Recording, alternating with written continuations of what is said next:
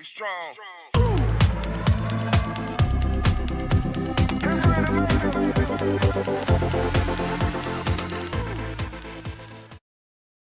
Well, hello, everybody, and welcome to this week's The Beautiful Bag podcast. I have two amazing guests with me this week, and guess where we met? Yep, Instagram. I'm telling you, aside from finding this podcast and whatever else you're doing for reach outs, I'm telling you, go to Instagram, hashtag Ostomy. You're going to find such a huge, wonderful community of all of us. And we're always together supporting each other in everything that we're doing. So this week they are called Double Bagging It. And I love their name. We're going to get into their name, how they met, what their struggles are, what they've been through, and how life has been for them since having their bag. So Danielle, Joe, thank you so much for being here today.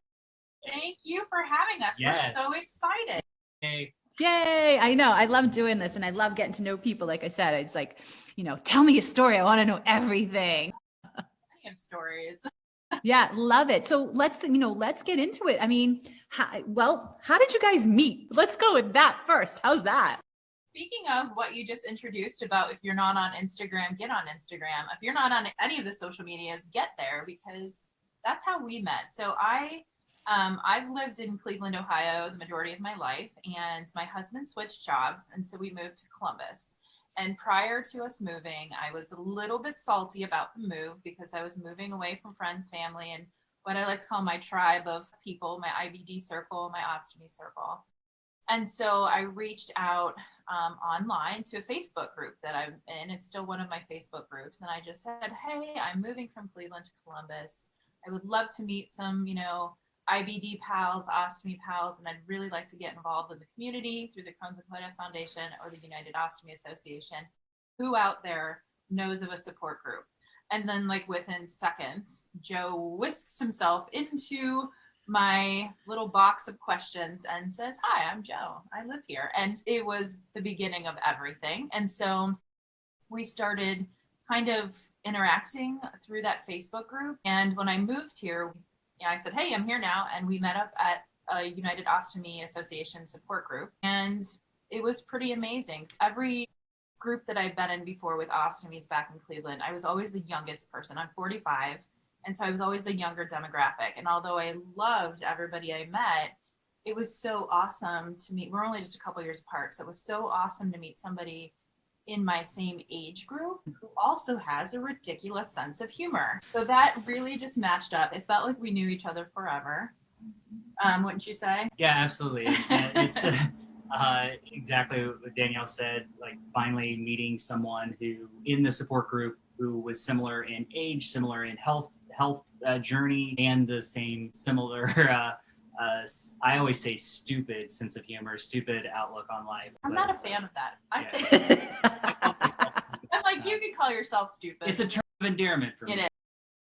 It is. So it was pretty awesome. So we met at this one support group, and then it just kind of progressed. Every month we would go to support group, and then we started hey, let's go get some late dinner and chat. And it became the best friendship I've ever had in my entire life.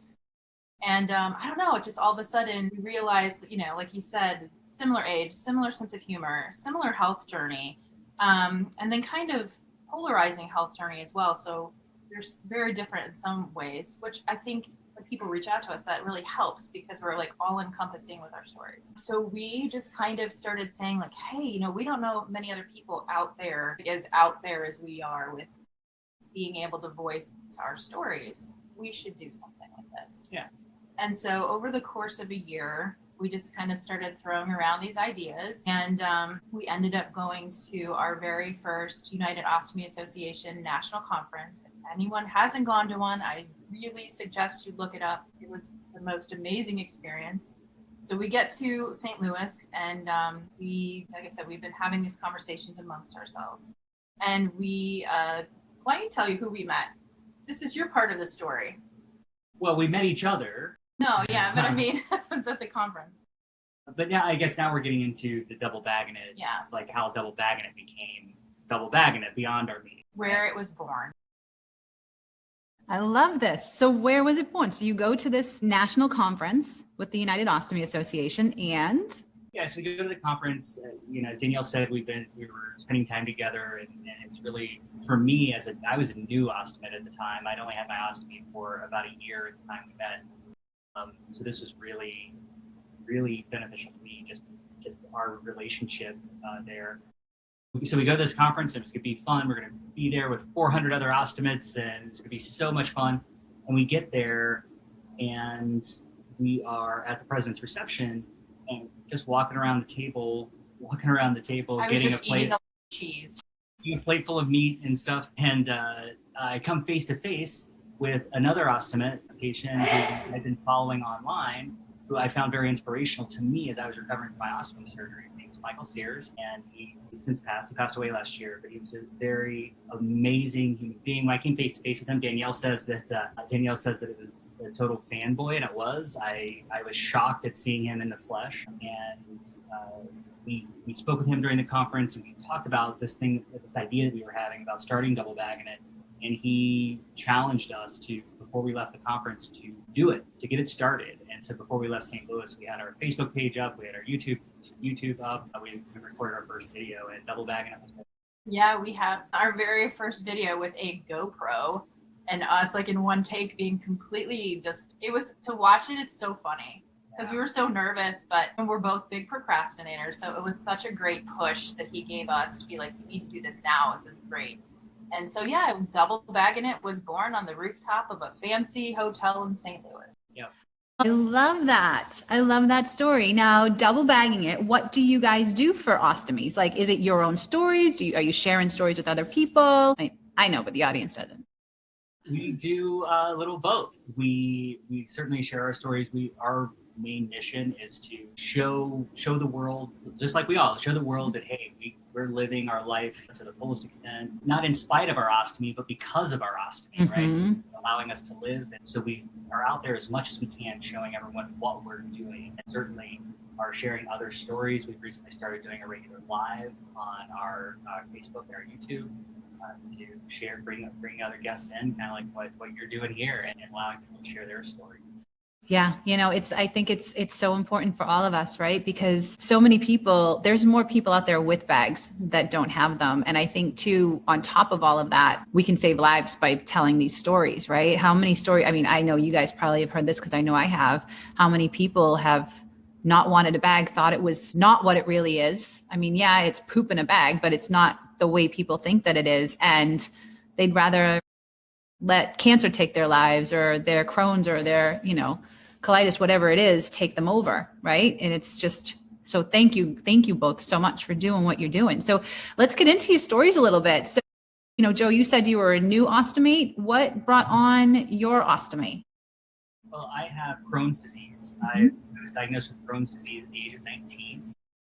I had always had problems growing up, but nothing really rising to the level of needing medical attention until I graduated high school, went away to the Navy, Naval Reserves, went away for training, and got really sick. I had my first real flare.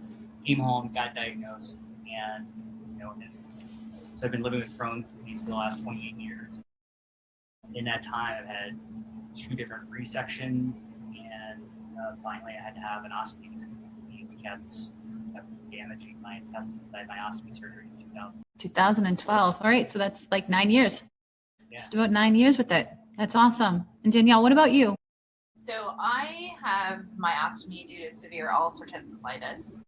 And I was the most healthy child growing up. I never had doctor's appointments, very rarely ill. And then all of that changed when I was around 16 or 17, so a junior in high school. The time that you want to start having raging diarrhea, because who wouldn't? So yeah, I just started getting sick, and we kind of pushed it off as like, oh, you're looking for colitis, you're a little nervous, or you're drinking too much grapefruit juice, because that was my favorite. There's a lot of things that you think of when you see a perfectly healthy person start to go downhill. And so we kind of just brushed it off. I kind of just started living with it. It was my new normal. I went to college. I got sicker and sicker. Finally, I was to the point where I had to change my major in college. At that point, I was also misdiagnosed for 6 years with gluten intolerance, which was unfortunate because as a poor college student, and there's no Whole Foods at the time or any of those, I was spending like $10 on a pack of disgusting rice floured cookies. Now, of course, the world is full of gluten-free options. But so yeah, I was eating everything that was actually hurting me because I'd actually had colitis and didn't know yet. So yeah, it was a really rough go. Changed majors in college, had to go a little longer because I was so sick. Finally got diagnosed in 99 through a colonoscopy. It was clear as day what I had. So it was actually a wonderful day for me because twofold. I finally had an answer and I ate like pizza, chili, and Hostess Ho-Hos that night. I was not gluten intolerant. Literally, right from the colonoscopy, my parents drove me to the store and I got every bread product known to man. I don't blame you. I would have done the same thing. Last time, I'm still making up for last time, but it was really refreshing to have an answer. And so from 99 to 2007, I had it really bad. Unfortunately, the only thing that worked for me was prednisone. For a little less than a decade, I was on prednisone nonstop. I never got off of it, which is horrible, as we all Not know. good. It's great for the symptoms, but my spine is a mess. I've had 2 spinal surgeries. My teeth are mostly fake because of the prednisone. So I went through every drug that you could go through, and unfortunately, I was a victim, should we say, of step therapy. If you've ever heard of that, we're trying to reform that in the federal government right now. But basically, my insurance held me back from getting the drugs that I needed. I had to fail one drug before I could move to the next. And it took 8 years. And by then, my intestine was completely disintegrated. By 2007, I was done. It was over for me. I was pooping 25 times a day, raging bloody diarrhea. I had no life. The spontaneity of my life was gone. It was hard to work. It was hard to I had a daughter at the time. She was just 3 when I had my ostomy surgery. I mean, I really couldn't just function anymore. And so I just went in there and I'm like, take it out. I'm done. It's over. I want a permanent ileostomy. I want my butt sewn shut. And I literally said, I never want anything coming out of my ass ever again. My doctor, my surgeon was great. He took a big Sharpie marker and wrote that on the front of my medical records for my pre-op day. Because everyone's like, wow, you're 31. Don't you want to think about? No. And I would just show them that. And it was funny, but I mean, I was serious. So I went in there, had my permanent ileostomy surgery on April 30th, which is actually Joe's birthday. Big joke is I lost but one butthole and gained another. I just find that really cool. Of the 365 days, I lost my butthole on the day that you were born. I think that's great. Perfect. It's destiny for DBI. Yeah. So, but I was, the day I had my surgery was so amazing. I'm in the minority here. I high-fived every doctor on the way in the operating room. They actually rolled me in and I was like, don't knock me out. I want to kind of see everything that's in here because I knew it was going to really change my life, save my life. And it did. So when they went in there, they were like, it's really good you made this decision. You would have probably not been around much longer. And the rest is history. My ostomy is just my BFF, I've had a remarkable ride with it and it was the best decision I've ever made. Oh, that's awesome. So now that's how many years now? It'll be 14 years cool. On April 30th. Oh, another fun fact, because this is a real fun fact. Being so sick and going to the bathroom 25 times a day, I had no life and I hated driving anywhere. Our family lived all over the state of Ohio. And so anytime I had to get on the highway, it was horrible. So we actually my husband and I purchased a car in order to take a seat out of the back. We got tinted windows and I had a toilet put in my car. Wow. Yeah, public mobile. And it lived there until I had my ostomy surgery. My child was brought into this world thinking that all cars had a potty. Wow. Wow. The things that you have to do. I would have never even thought of that. Yeah, it was the best. I made little curtains. I had a little magazine rack. There was a toilet paper holder. We winterized it for Cleveland winters. Yeah, I went to the bathroom in my car too, but a towel on my seat. If you're looking for a used 1993 Hyundai Accent, I recommend you find another car. You washed down those seats. You changed the seat. They changed the seats out. Oh my gosh! I would have never even thought of that. I mean, my ostomy came because I had cancer.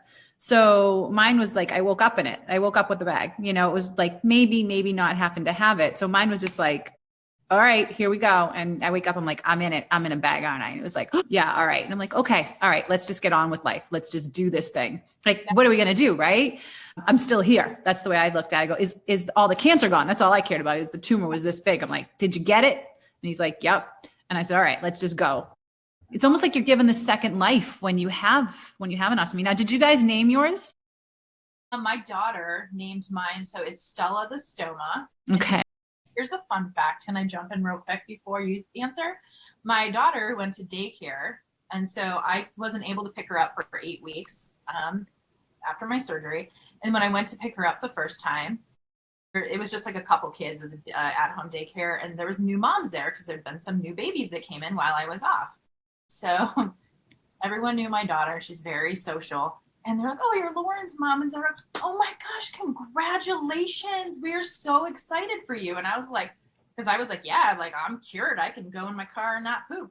And they're like, because she named it Stella, they're like, when can we meet baby Stella? Oh. They thought my intestine was a baby. So yeah, she went around saying mommy came home from the hospital with a Stella. Wow. So all the kids thought that? Oh my gosh. When can we see her? And I was like, well, I think my advocacy's starting right now. Like, that's right. Let me explain a little bit. Here's right here. Right here. So yeah. Stella's been part of the life of the family. Yeah. And I actually didn't name my stoma. I've never named my stoma.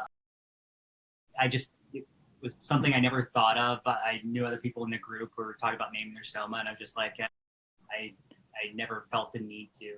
Yeah, it was my doctor said when he came out, he goes, it's probably one of the best things you can do because you're waking up with it. Like you're going to have to almost you can disassociate it. So I named mine Ivan because my doctor's name was Ivaturi. So I called him Ivan. So whenever I'm annoyed, I'm like, oh, it's just Ivan. Don't worry about it. Yeah, exactly. It's just Stella or it's just Ivan. Don't worry. It's all good. It's all good. So, well, gosh. So, all right. So we've got 9 years. We've got 14 years. Now, how long ago did you guys meet? What was it, like 3 or 4 years ago? We met in 2014. At the end of 2014. Yeah. Okay. Yeah. Oh, that's right. Because you said you were a new ostomy. So you probably know. So you've known each other for 7 years. So, and now you're doing all this advocacy. You're now doing your Facebook Lives. How has life improved? Now, I've already got it. No more toilets in the car. You didn't have to have a makeshift toilet. There's no more, you can get a brand new car and not worry about ruining the seats. How has life been? What are some things that you've done since your ostomies that you weren't able to do prior to? My gosh, my answer is everything because I'm not a homebody and I became just a prisoner to my bathroom, unfortunately. And when I think back on it, I have no idea how I got through college, no idea how I got through my wedding day. It's having a newborn. I never knew. Thinking back, it's insane to me. But once I had my ostomy, I was making up for all the lost time. I was eating what I wanted to eat. Within 3 weeks of my surgery, I was at a Cleveland Indians baseball game. Slowly, had all my supplies, but I was there. And I remember going to I love concerts. We went to an outdoor concert, and for the first time, I didn't make my husband and friends sit 10 feet from the bathroom. Like we were in the middle of the lawn seats, enjoying everything and not a care in the world. And traveling. It was so nice to not have a care in the world in the car or in an airplane. So yeah, it's been everything to me. Being able to do things with my daughter, that was the biggest thing. She, at 3.5 years old, recognized. She would say, "Oh, look, mommy, we can go to this park now because you don't need the potty anymore." So to be able to it makes me tear up. To be able to have and thank you. He's bringing me tissues. There we go. Just for my daughter to recognize that I was healthy again was just that was everything. That must have been just magical, right? Just you can go to a park and just enjoy yourself and spend time with her, and she doesn't have to worry about you. Because I don't know if your daughter's like my daughter. My daughter she worries about me. It's like sometimes I think she's my mother. That's how they are. So Joe, what about you? Well, I think for me, as far as my Crohn's disease process, I didn't have the frequency in mind.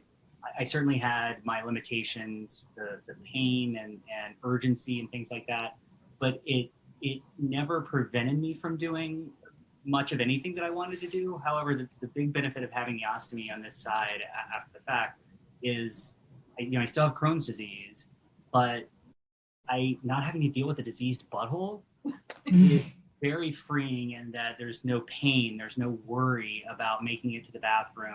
There's so that like just being free from pain. And I truly believe that having my ostomy, I'm still taking medication for my Crohn's disease, but I believe it's having my ostomy and having my colon removed that has allowed me for the first time in my 28 years with Crohn's disease to be in remission. Like, Yeah. That's amazing. I never had that in the previous 20 years that I lived. So that's one. But the second and the big thing I think having the ostomy has done for me is it's given me hope. And it's given me hope in that the community that I've connected to. Prior to having my ostomy, I never felt the need to be a part of the IBD community. I would go to events for the Crohn's and Colitis Foundation and things like that over the years.